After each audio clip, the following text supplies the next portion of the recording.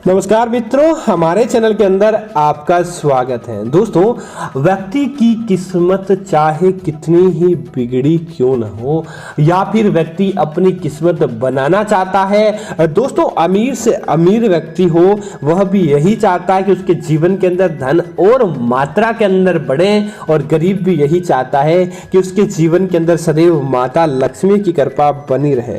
इसके निमित्त क्या करता है कि वह डेली पूजा पाठ करता है, भगवान का नाम लेता है और साथ ही साथ अपने कर्म करते रहता है। दोस्तों, बिना कर्म के कहीं भी धन नहीं पड़ा है।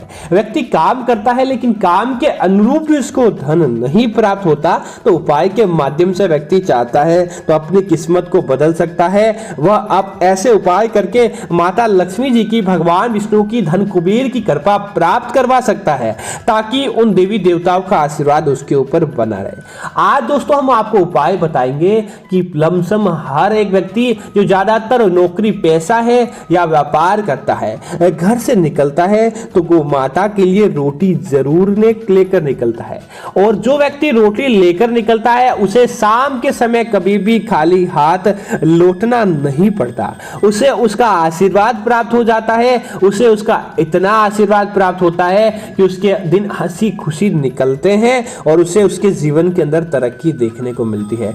अगर आप अभी तक गौ माता के लिए जब घर से बाहर निकलते हैं और उसमें अपने हाथ के अंदर रोटी या कुछ मीठा लेकर नहीं निकलते हैं, तो समझ लीजिए कि आप कहीं न कहीं तौर पर इसी का शिकार हो रहे हैं। अगर आप चाहते हैं कि आपके धन के अंदर बरकत देखने को मिले, आप जब सुबह खाली हाथ लौटने वाले होते हैं, गौ माता के लिए कुछ रोटी लेकर निकले, तो देखिए कि शाम के समय वापस आते समय गौ माता आपका भंडार भर देती है।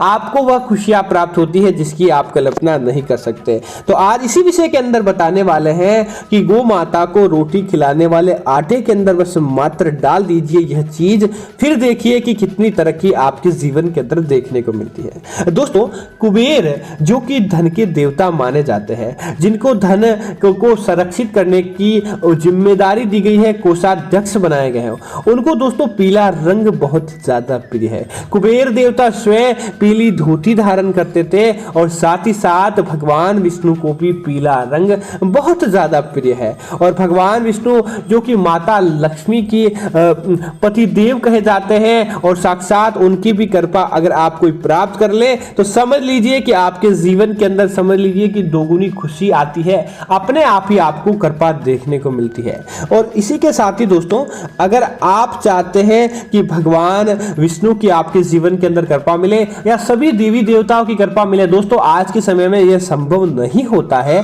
कि अलग अलग देवी देवताओं की पूजा करें और अलग अलग देवी देवताओं की पूजा करके उनको प्रसन्न करें। तो दोस्तों, मात्र आप गौ माता को रोजाना प्रसन्न कर लेंगे तो समझ लीजिए कि आपने सभी को प्रसन्न कर लिया, क्योंकि गौ माता के अंदर साक्षात 33 कोटि देवी देवताओं का निवास होता है। गौ माता गावो विश्वस्त्र मातर, अर्थात कि गौ माता है जो पूरे विश्व की माता मानी जाती है। तब आप क्या करें, आपको जो उपाय बताएंगे, अब इस उपाय को पूरा और ध्यान पूर्वक सुने ताकि आपके इस उपाय के अंदर कोई भी गलती ना हो। दोस्तों, जब भी आप रोजाना, ऐसा तो है नहीं कि आप बासी खाना खाते हैं, रोजाना फ्रेश आपके घर के अंदर खाना बनता है। तब आप क्या करें कि घर की जो गृहिणी होती है या घर का पुरुष जो भी खाना बनाता है, आप क्या करें कि गौ माता के लिए आप पहली रोटी बनाएं तो पहली रोटी के अंदर, आटे के अंदर थोड़ी सी आपको हल्दी मिला देनी चाहिए। दोस्तों, वह हल्दी आप अलग ही कर ले और हल्की सी, ऐसा नहीं कि उसे एकदम खारा कर दे, बिल्कुल नाखून के बराबर हल्दी आपको उसके अंदर मिला देनी चाहिए, ताकि उस रोटी का रंग आपको पीला मिले। दोस्तों, अगर आपकी कुंडली के अंदर मंगल दोष है जिसकी वजह से आपके विवाह के अंदर अड़चने आ रही है, या फिर आपकी कुंडली के अंदर गुरु ग्रह कमजोर है, अगर गुरु ग्रह कमजोर होता है तो भी आपको धन के मामलों के अंदर कई प्रकार से दुखों को देखना पड़ता है। परिवार के अंदर शांति ऐश्वर्य नहीं रहता है, पति पत्नी के बीच के अंदर अनबन बना रहता है। तब आप क्या करें, गुरु ग्रह को मजबूत करने का सटीक उपाय यह है कि आप उस आटे के अंदर थोड़ी सी हल्दी मिला लें और भगवान शनिदेव की असीम कृपा पाने के लिए, भगवान शनिदेव को प्रसन्न करने के लिए और राहु केतु जैसे ग्रहों को अपनी कुंडली से दूर रखने के लिए उसके अंदर बस काली थोड़ी सी काला तिल आपको उसके अंदर मिलाकर आपको रोटी बनानी चाहिए, ताकि उसका सकारात्मक परिणाम आपके जीवन के अंदर देखने को मिले और साथ ही साथ अब क्या करें कि उस रोटी के अंदर हल्का सा गुड़ और हल्का सा थोड़ा सा घी लगा दे, घी की सुगंध कर दे और उसके बाद उस रोटी के अंदर आपको थोड़ा सा गुड़, ताकि गुड़ भी पीले रंग का होता है और उस गुड़ की मिठास भी कई गुना बनी रहती है। अब आप क्या करें कि उसके अंदर मिलाकर आप गौ माता के पास चले जाएं और गौ माता को वह रोटी खिला दें। गौ माता को वह रोटी खिलाने के साथ ही आप क्या करें, उनके चरणों का आशीर्वाद आपको जरूर प्राप्त करना चाहिए। और दोस्तों अगर आपको हल्के भूरे रंग की गौ माता मिल जाती है तो बहुत ही अच्छा है, ना तो आपको घर से बाहर निकलते ही जो पहली गौ माता के दर्शन हो जाते हैं और सामने ही आने वाली गौ माता होती है, उन गौ माता को आप प्रणाम करें और वह रोटी आप खिला दे और रोजाना हल्का सा उनके कान के अंदर बोले कि मेरे कार्यों के अंदर मुझे तरक्की मिलाएं, ताकि आप हमारे घर के ऊपर आप कृपा बनाए रखें और घर के अंदर सकारात्मक परिणाम अपने आप ही देखने को मिलेंगे। क्योंकि दोस्तों गौ माता को पहली रोटी और वह आपने अगर पीले रंग की बनाकर खिलाई है तो आपने अपनी कुंडली को पसंद कर लिया। क्योंकि दोस्तों गौ माता के अंदर इतने देवी देवताओं का वास होता है, मुख से लेकर पूंछ तक, ताकि आप उन सभी देवी देवताओं का आशीर्वाद प्राप्त कर सके। बिना पूजा पाठ किए ही अगर आपको फल प्राप्त करना है तो बस आप गौ माता को खिलाने वाले आटे के अंदर आप डाल दीजिए ये चीज, फिर देखिए कि आपके जीवन के अंदर कैसा चमत्कार देखने को मिलता है।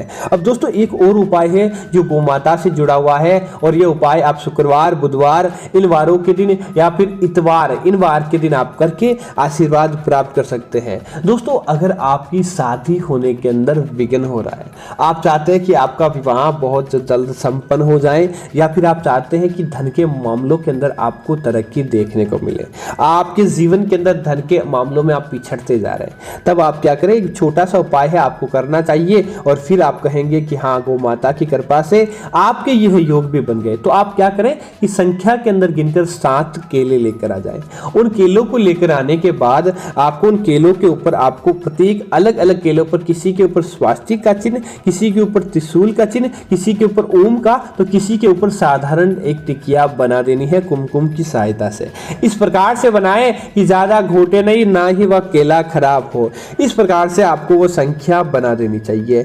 ऐसा बनाने के तत्पश्चात आप क्या करें कि उन केलों को भगवान सत्यनारायण, भगवान विष्णु जी के आगे आपको रखना चाहिए और रखने के तत्पश्चात आपको भगवान विष्णु जी से वह आशीर्वाद प्राप्त कर लेना चाहिए कि आप उन्हें दीर्घायु बनाएं या धन के मामलों के अंदर तरक्की लेकर आए, या फिर आप क्या करें कि आपने विवाह है तो जो भी आपकी मनोवांछित इच्छा है वह आपको मांग लेनी चाहिए। मांगने के तत्पश्चात आपको पहला काम यही करना चाहिए कि भगवान विष्णु जी से आप वो आशीर्वाद प्राप्त कर ले।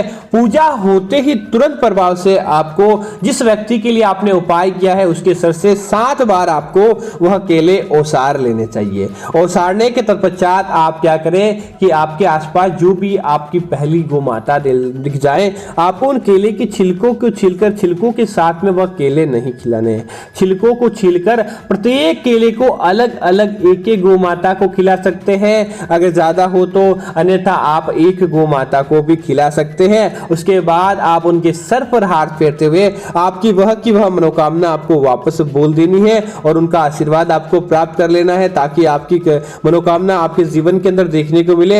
ऐसा करने के तत्पश्चात आप क्या करें कि माता जी से आशीर्वाद प्राप्त कर लें और उनकी मनोकामना बोलें। निश्चित तौर पर दोस्तों वो आपकी मनोकामना पूरी होती है। गौ माता का चमत्कार आपको आपके जीवन के अंदर देखने को मिलता है और आपके कार्य बन जाते हैं। तो दोस्तों उम्मीद है कि यह जानकारी आपको अच्छी लगी होगी। ऐसी अन्य जानकारियां देखने के लिए आप हमारे चैनल को सब्सक्राइब करें, साथ ही साथ वीडियो को लाइक और शेयर जरूर करें, ताकि माता लक्ष्मी के दरबार के अंदर आपकी हाजिरी लग जाए और आपका काम आसानी से बन जाए। जय लक्ष्मी माता मित्रों, कमेंट के अंदर जय गौ माता जरूर लिखें। जय गौ माता मित्रों।